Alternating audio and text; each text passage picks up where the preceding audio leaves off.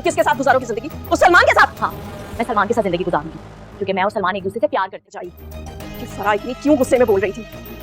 इसलिए कि वो सच कह रही थी। हाँ, क्योंकि मैं उस ज़ैन के साथ अपनी जिंदगी नहीं गुजार। बहुत जबरदस्ती कर लिया आपने मेरे साथ। कान खोल कर ना अब आप मेरी बात सुन लें। मैं अपनी जिंदगी आपकी मर्जी से नहीं बल्कि अपनी मर्जी से गुजारूंगी। और कान खोल कर सुन लो, जो तुम सोच रही हो ना ऐसा मैं होने नहीं दूंगी। तुम्हारा शौहर ज़ैन है और मरते दम तक। क्या मतलब है, क्या बोल रही हो? ज़ारा, मैंने हादी के सामने अपने जुर्म का एतराफ़ करके उनसे माफ़ी मांगी है। हेलो मैडम, आए। कैसी हो? ठीक हो? कितनी प्यारी लग रही हो तुम। मैंने तुमसे कोई बेवफाई नहीं की, वो तो आज भी तुमसे इतनी ही शिद्दत से मोहब्बत करते हैं। मैंने तुम्हारे सामने ऐसे हालात बना दिए थे कि वो तुम्हें बेवफा लगने लगे।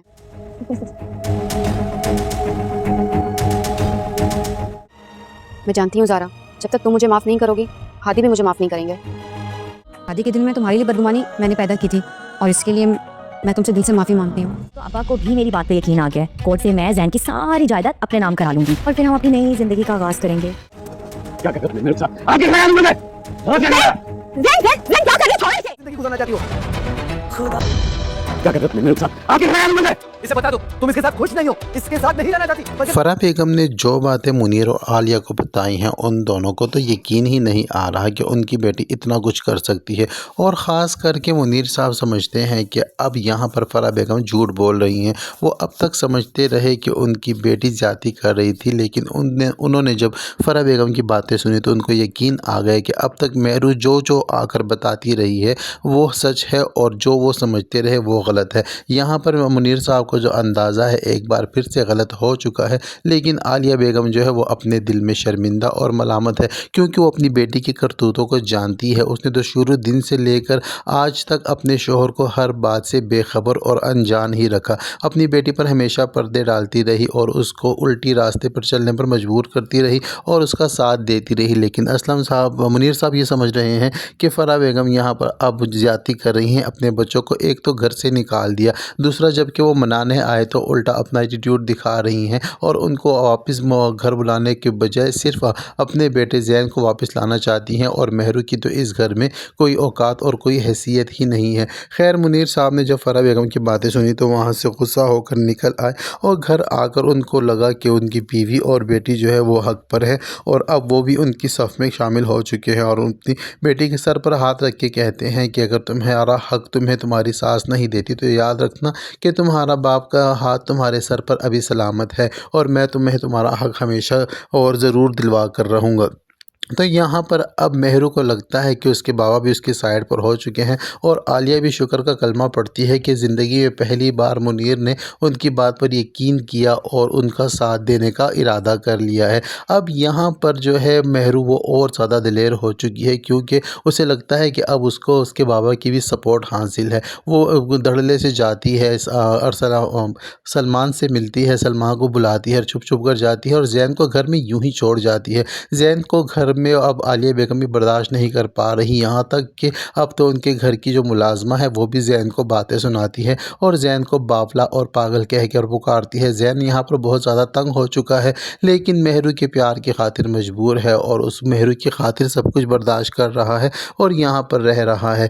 लेकिन ज़ैन भी अब बहुत ज़्यादा देर तक रहने वाला नहीं है क्योंकि अब आने वाले एपिसोड में दिखाया जा रहा है कि जब मेहरू जाएगी अपने आशिक से मिलने, सलमान से मिलने, तो इस बार ज़ैन इसका पीछा करेगा और गाड़ी में बैठते हुए सलमान की इसको ज़ैन देख लेगा और ज़ैन और सलमान एक बार आपस में फिर से भिड़ जाएंगे और उलझ पड़ेंगे। यहाँ तक कि अब के तो सलमान ज़ैन से बिना डरे ज़ैन को ये भी कह देगा कि तुम्हारी बीवी तुम्हारे साथ खुश नहीं है, ये मेरे साथ प्यार करती है और ये तुम्हारे साथ नहीं रहना चाहती, बहुत जल्दी तुमसे तलाक ले लेगी। और मेहरू से भी यही कहता है कि कह दो इसको इसके मुँह पर ताकि इसको यकीन आ जाए, ये अब कंगला है, इसके पास कुछ भी नहीं है। जो दौलत इसकी माँ की थी और जिसकी खातिर तुम वहाँ जाकर इसकी पागलपने को बर्दाश्त कर रही थी वो अब इसके पास नहीं है, ये बिल्कुल निहत्था है। और इसको सलमान को जो है ज़ैन को इस मर्तबा मारता भी है तो ज़ैन भी बहुत ज़्यादा और डर जाता है और गुस्सा हो जाता है और अपनी बीवी की बेवफाई को देखकर उसके दिल से उतर जाती है मेहरू की मोहब्बत। और उधर जब घर आते हैं और आलिया बेगम जब सुनती है सलमान के साथ बातें करते हुए मेहरू को और मेहरू सलमान के साथ अपनी मोहब्बत की जो है इतराफ़ कर रही ہوتی ہے اور اپنی محبت کا اظہار کرتے ہوئے اسے کہتی ہے کہ اب میرے بابا بھی میرے ساتھ ہیں اور بہت جلد مجھے وہ حصہ مل جائے گا جس کی ہمیں طلب اور انتظار ہے، تو اس کے بعد میں ہم دونوں اپنی پیار بھری زندگی شروع کریں گے۔ لیکن عالیہ بیگم جیسے ہی مہرو کی باتیں سنتی ہیں غصے سے آگ بگولا ہو جاتی ہیں اور مہرو سے جب پوچھتی ہیں کہ کیا تم واقعی یہ سب کچھ چاہتی ہو کہ زین کا حصہ ملنے کے بعد تم اس بھکڑ سلمان کے پاس چلی جاؤ گی، تو یہاں پر اب ماں بیٹی آپس میں لڑ پڑیں گی۔